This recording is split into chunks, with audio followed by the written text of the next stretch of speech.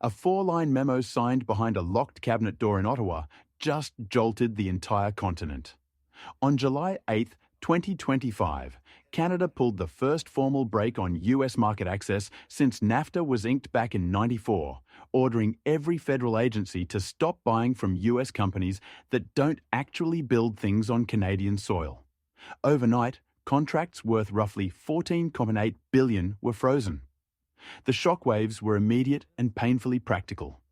Calgary's light rail extension lost its American electrical supplier mid-install, Hydro-Quebec yanked payment on an Oklahoma turbine, and Toronto's commuter rail upgrade slammed on the brakes over supplier integrity rules. 6 hours in, the Loonie surged 1.3% and the TSX Industrials popped 2.1% confidence at home. Chaos abroad. Across the border, Donald Trump was briefed at 4:42 a.m. Washington time and reportedly smacked a mug labeled "America First" clean off the table. Retaliation had landed, but the delivery method rewrote every playbook in North American trade warfare. Remember, just 34 days earlier, on June 4th, Trump had doubled steel and aluminum tariffs to 50% under Section 232. Branding allies like Canada, Mexico, and the EU security threats. Canada could have gone to the WTO, rallied the G7, or whispered through back channels. Instead, Prime Minister Mark Carney unveiled a doctrine no one saw coming. Shut out foreign suppliers from the infrastructure of the future unless they set up shop in Canada today. They call it the Reciprocal Access Framework. Any company bidding on public projects must now make at least half its product inside Canada or within a formal free trade partner. No carve-outs defence, energy, you name it. Compliance is policed by 3 layers.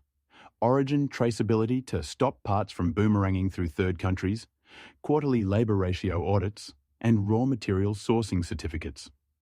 Slip up once, get frozen out. It isn't a tax, it's pure market denial. And because Canada's federal procurement market tops $120 billion a year, denial hurts more and lasts longer than any tariff. Ironically, the blueprint mirrors Trump's own 2018 Buy American order almost line for line, right down to the legal shield of critical infrastructure security. Ottawa is playing economic Aikido, using Washington's favourite statute against Washington while still saluting its free trade commitments. But here's where the story flips from revenge to opportunity. Alongside the exclusion, Canada opened an $11.2 billion co-financing pool for any firm willing to relocate factories northward.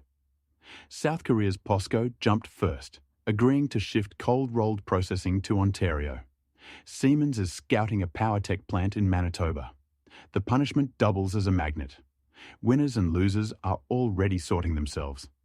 GE, Ford and GM, with big Canadian footprints, keep bidding. Smaller US. Suppliers with zero presence above the 49th parallel? Locked out.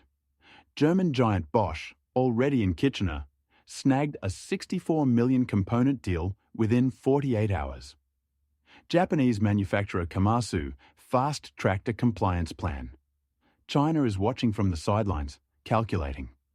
Washington, meanwhile, expected Mexico to take its side. President Claudia Sheinbaum refused, calling Mexico's strategy sovereign and parallel. Brussels stayed quiet but accelerated its 2030 Green Steel Pact, inviting Canada into joint ventures.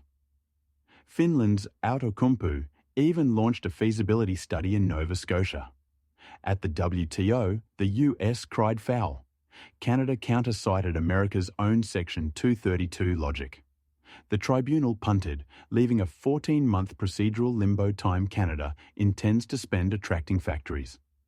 On Main Street, USA, the pain is pinching. The American Iron and Steel Institute logged a 9.3% weekly drop in cross-border orders the day after the freeze. Oshkosh Defence warned of layoffs tied to a stalled British Columbia contract. Steel Dynamics paused an Indiana expansion over procurement instability. Even companies technically safe under Canada's rules are sweating. Ford's Ontario plants qualify, but Michigan parts suppliers feeding those lines could be axed if they don't uproot north. Governors in Ohio, Pennsylvania, and Wisconsin want retaliatory clarity. Yet the White House is holding tariffs until it can carve out new exemptions, and nobody agrees on what those should look like. Collision, not consensus. Carney insists it's not protectionism, it's protection. We're not closing markets, we're conditioning access. By sidelining tariffs and weaponizing procurement instead, Canada skirts WTO violations yet keeps leverage in hand. Critics at home warn of future supply squeezes on rail cars and heavy machinery. Business groups beg for dual compliance carve-outs. For now, Ottawa isn't blinking. The bigger drama is what this means for North America's once seamless supply chains.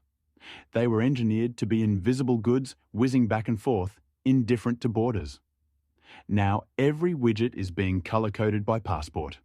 The very integration USMCA was built to protect is being disassembled in the name of resilience. If Canada's model thrives, and early investor jitters suggest it might, others will copy. Australia is already floating a similar rule. India is mulling procurement nationalism to counter US tariff threats. In trying to wall off foreign metals, the United States may have ignited a worldwide race to redraw trade maps. So where does this leave the rest of us? Is Canada's steel firewall a masterstroke of modern industrial defence, or the opening volley in a supply chain unravelling? Will allies rush to mirror Ottawa's playbook, or will tit-for-tat only spiral? Drop your take below, smash that like button if you learned something, and subscribe so you never miss the pulse of global power moves. Another deep dive is waiting for you right now on Global Pulse. Don't miss it.